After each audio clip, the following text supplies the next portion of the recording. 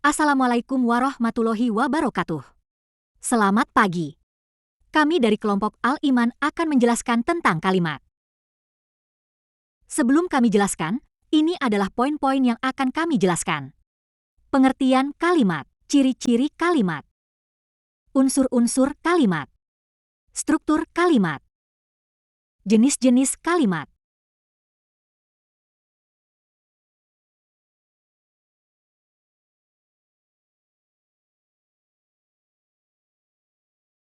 Yang pertama, pengertian kalimat.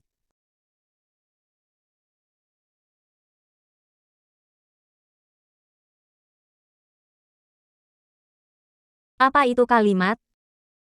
Kalimat adalah susunan kata dengan makna lengkap, yang biasanya terdiri dari subjek, S, dan predikat, P, dan sering diakhiri dengan tanda baca seperti titik, tanda tanya, atau tanda seru.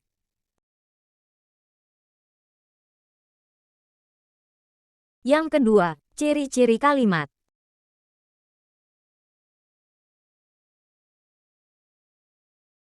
Di antara ciri-ciri kalimat, yaitu memiliki makna utuh, terdiri dari unsur utama, diawali huruf kapital dan diakhiri tanda baca, memiliki pola tata bahasa yang jelas, bisa berdiri sendiri, terbentuk dari kata, frasa, dan klausa.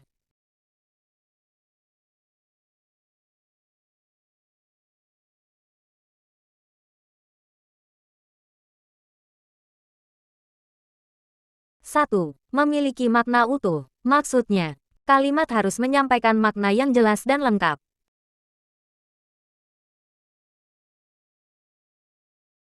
Dua, terdiri dari unsur utama, yaitu, biasanya memiliki subjek, S, dan predikat, P. Bisa juga dilengkapi objek, O, keterangan, K, dan pelengkap, L. Tiga, diawali huruf kapital dan diakhiri tanda baca. Huruf pertama biasanya kapital, dan diakhiri dengan titik, tanda seru, atau tanda tanya. 4. Memiliki pola tata bahasa yang jelas. Penyusunan kata dalam kalimat, mengikuti aturan tata bahasa tertentu agar mudah dipahami. Yang kelima, bisa berdiri sendiri. Kalimat memiliki makna mandiri yang dapat dipahami tanpa tambahan informasi lain.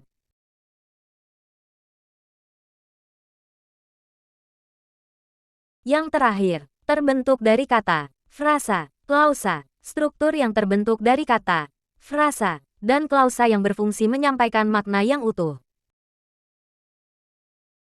Pembahasan ketiga.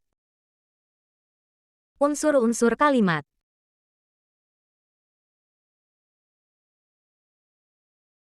Di antara unsur-unsur kalimat yaitu, subjek, S, pelaku atau pokok kalimat, predikat, P, kata kerja atau apa yang dilakukan, objek, O, yang dikenai tindakan, keterangan, K, tempat, waktu, cara, pelengkap, P, informasi tambahan. Agar lebih paham, kami akan memberikan satu contoh dari kalimat, yaitu, Ubz menjual handphone di counter sale bersama adik perempuannya. Ubz, sebagai subjek.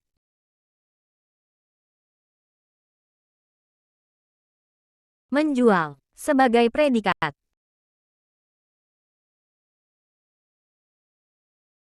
Handphone, sebagai objek.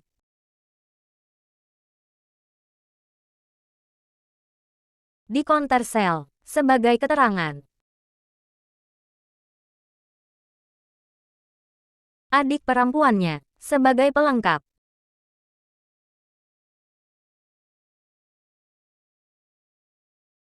Pembahasan keempat, struktur kalimat.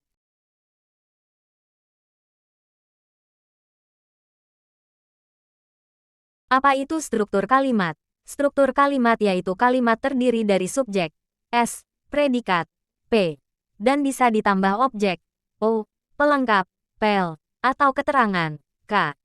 Misalnya, ayah, S, membaca, P, koran, O, di ruang tamu, K. Dalam bentuk paling sederhana, kalimat bisa hanya terdiri dari subjek dan predikat. Misalnya, adik tidur. Perbedaan struktur dan unsur. Unsur kalimat adalah bagian-bagian spesifik yang mengisi pola struktur tersebut, seperti kata atau frasa yang berfungsi sebagai subjek, predikat, objek, pelengkap, dan keterangan. Struktur kalimat adalah pola atau urutan yang digunakan untuk menyusun kalimat secara lengkap dan teratur, seperti SPOK. Pembahasan kelima, jenis-jenis kalimat.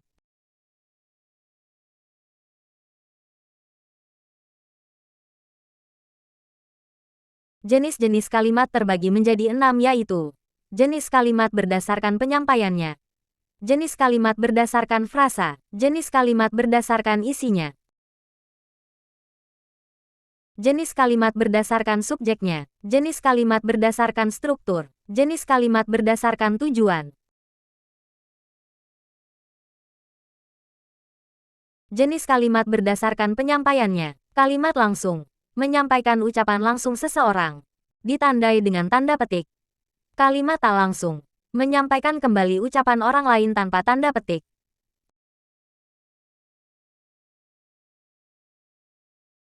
Contoh dari kalimat langsung. Dora bertanya, apakah kamu tahu di mana sweeper?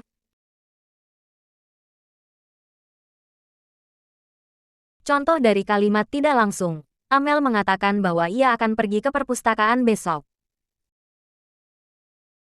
Dua jenis kalimat berdasarkan frasa. Kalimat tunggal. Memiliki satu subjek dan predikat. Contoh, ayah mendirikan tenda. Kalimat majemuk. Mengandung dua atau lebih klausa. Ada dua jenis. Kalimat majemuk dibagi menjadi dua. Kalimat majemuk setara. KMS. Dua klausa sederajat. Dihubungkan dengan konjungsi. Contoh, aku membakar marshmallow dan adik menghangatkan diri di depan api unggun. Kalimat majemuk bertingkat, KMB. Satu klausa pokok dengan klausa penjelas. Contoh, aku menghadiri talim agar mendapatkan ilmu yang bermanfaat. Jenis kalimat berdasarkan isinya. Yang pertama, kalimat berita. Menyampaikan informasi. Contoh, rapat yang dijadwalkan hari ini tidak jadi dilaksanakan. Yang kedua, kalimat perintah. Meminta seseorang melakukan sesuatu. Contoh, tolong cabut wortel itu. Yang ketiga, kalimat tanya. Menanyakan informasi. Contoh, apa yang kamu bawa tadi? Yang keempat, kalimat seruan. Menyampaikan emosi. Contoh, wah, cantik sekali pemandangannya. Yang kelima, kalimat optatif. Mengungkapkan harapan. Contoh, semoga kamu sukses dalam mengerjakan proyeknya. Jenis kalimat berdasarkan subjeknya. Kalimat aktif. Subjek melakukan tindakan terhadap objek. Kalimat aktif biasanya menggunakan kata kerja aktif. Kalimat pasif. Subjek menerima atau dikenai tindakan. Tindakan dilakukan oleh pelaku yang biasanya disebut setelah kata kerja atau bisa tidak disebutkan.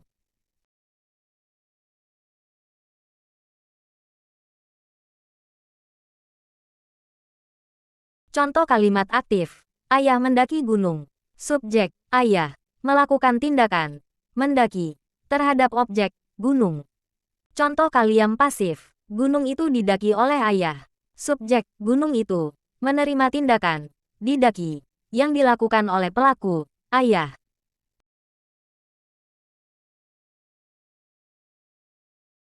Jenis kalimat berdasarkan struktur. Kalimat kompleks. Memiliki klausa utama dan penjelas. Contoh, meskipun hujan deras, mereka tetap melanjutkan perjalanan. Kalimat inversi. Menggunakan urutan yang berbeda untuk penekanan. Contoh, damai sekali suasana hutan pada malam hari. Kalimat minor. Tidak lengkap tetapi memiliki makna. Contoh, mau berkemah. Jenis kalimat berdasarkan tujuan. Kalimat deklaratif. Menyampaikan informasi atau pernyataan. Contoh, pensil adalah alat tulis. Kalimat retoris. Berbentuk pertanyaan tanpa memerlukan jawaban. Contoh, masih adakah hati nurani dalam diri kalian? Kalimat eksklamatif. Mengekspresikan emosi kuat. Contoh, Hore hari ini pulang. Terima kasih sudah menyimak video ini. Semoga penjelasan tadi bisa membantu kalian memahami tentang kalimat ya. Wassalamualaikum warahmatullahi wabarakatuh.